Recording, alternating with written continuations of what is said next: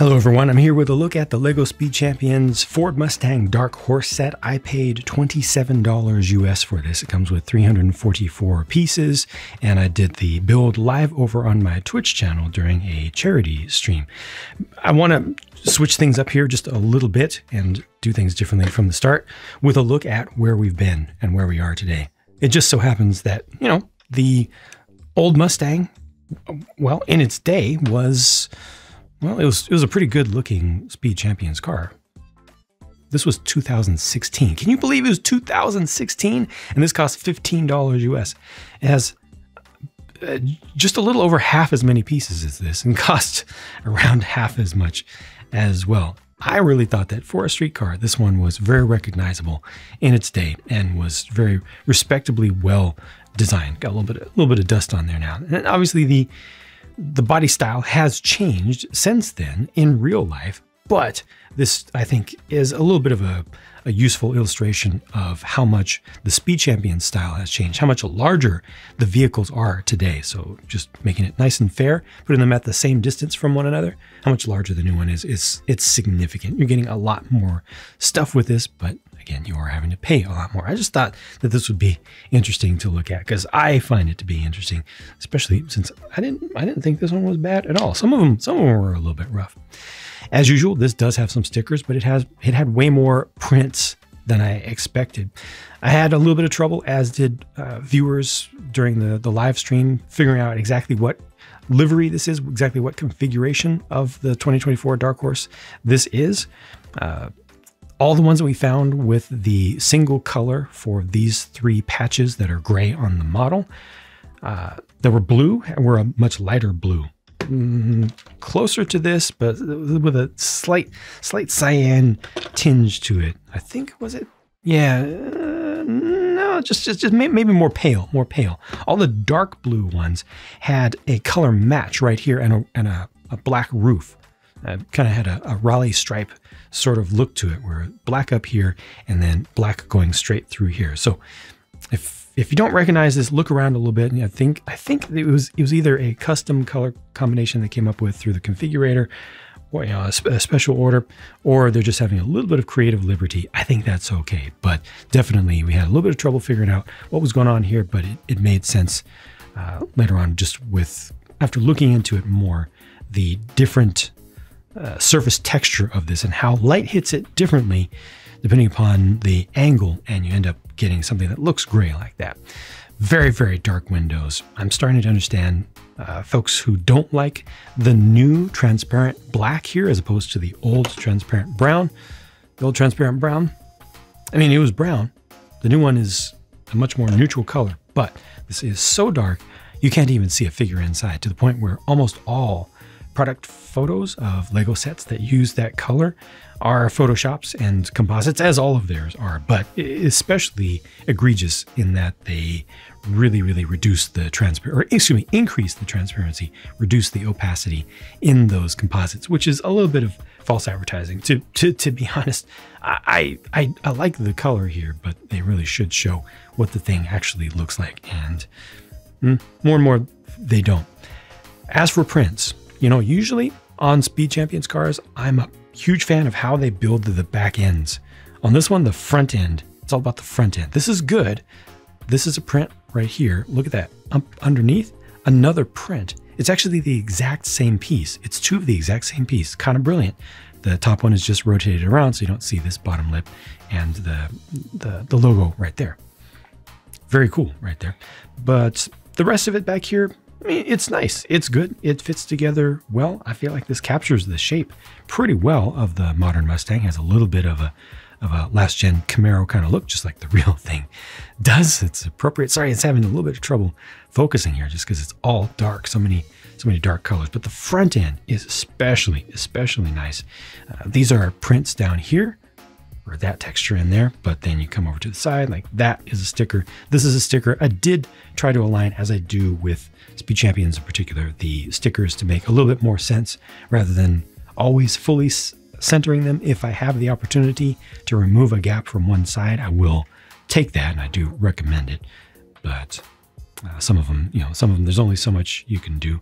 But how all this went together, That is a print right there to get the little bit of dark on the top face of the cheese slope piece. And the fact that the headlights are fully built up is amazing. There are a lot of pieces inside of there that contribute to that and try to help light to enter and refract around so that those stand out. A lot of work was done there. It's not just right at the edge. I respect that significantly. It's a street car in Speed Champions, so as usual, one big specialized tub piece, and it's not even down on the ground. It's actually, the whole thing is actually lifted up, so we're not properly taking advantage of how low in profile this piece is. You can see just some of the clipping techniques that are used back here. Lots of upside down, sideways construction as usual. Good stuff back here, but I was most impressed by the front. And everything seals up pretty well. You know, this is not a gappy design, which is good. Opening it up, looking at the inside, not the most impressive to look at by comparison to some others. Big cutout here with all of these studs, not a big deal because you're not going to see it 99% of the time. But when you do look inside, you get the sticker there, and then this has the dark blue recolor for the shift knob there, which is a microphone piece as usual. The build for the seats though is unusually good. Unusually, I would say a must-see, must-experience part of the entire line. It's unique. I usually really don't care much about the seats, but these are done exceptionally well. It's a really, really interesting build. Maybe it doesn't look that interesting when it's done, but how they pulled all that off was cool. It felt good to me. Yeah. A lot of, it really varies. This thing really varies in build experience from section to section. But overall, I think it was very successful. I'm happy with it. It's a lot of stuff. It's a lot of car. It's a lot of Lego. Oh yeah, it also does come with a figure. I will point this out though. Right there. Yep. Hate those. You're seeing them more and more and more. They're especially egregious on the 2x6 tile pieces. Sometimes they actually stick out so far that you can just see a nub there. But yeah, it really takes away from quality on something that otherwise is pretty dang clean. Here's the minifigure with the obligatory wrench to help you to get the wheel inserts out if you want to change those out. We'll see what that's about in just a second. Good prints on the torso there. Nothing for the hips or legs, but at least a nice dark azure color, which is not a particularly common one. And you do have a different color for the arms. I didn't look up to see if this was a specific piece of merch that can be purchased from the Ford store or something like that, but it looks good to me at least. And they do also include a helmet for use on the track. This is not a case, however, where you need to use the helmet for the figure to fit in there. You can use the included hairpiece and it fits just fine. Here are the leftover pieces, and there's the other set of wheel inserts to work with the dual molded wheels and tires that have the rubber and the rim together. So this is the other option that you can put on there, which requires that you have something like the wrench that they've been including since very early on to push it out from one side. These are your actual leftover pieces. Thankfully, you do get an extra of the dark blue colored microphone and one of this print here. And you see that red flower right there? You'll be shocked by how many of those are used inside of this car. I don't know if it's a reference, if there's something about a red rose that has to do with Ford history or the Ford Mustang history in particular, but there are a ton of them in there. It's odd. I would have expected them to use just hollow studs instead, but they went with that. This is what the sticker sheet looked like. So still quite a few stickers are used in this, but like I said, it does have some prints that are bespoke, unique to this that make it feel better to me. Again, I paid $27 US for this. It is 27 euros, 21 pounds UK, or $35 Canadian.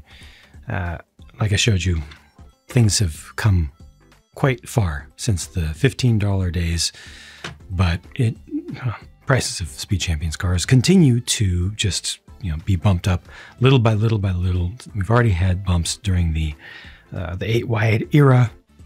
I wouldn't be surprised if more come as well, but at least this car right here is good. There's a lot of plastic there. There's a lot of substance there. There's a lot of build experience to be had with it. A lot of it is clever. It looks recognizable to me personally, and just generally I'm very happy with it. Simple as that. So thank you for watching. I hope that this helped you to come to your own conclusions about it, and I'll talk to you again soon. Bye for now.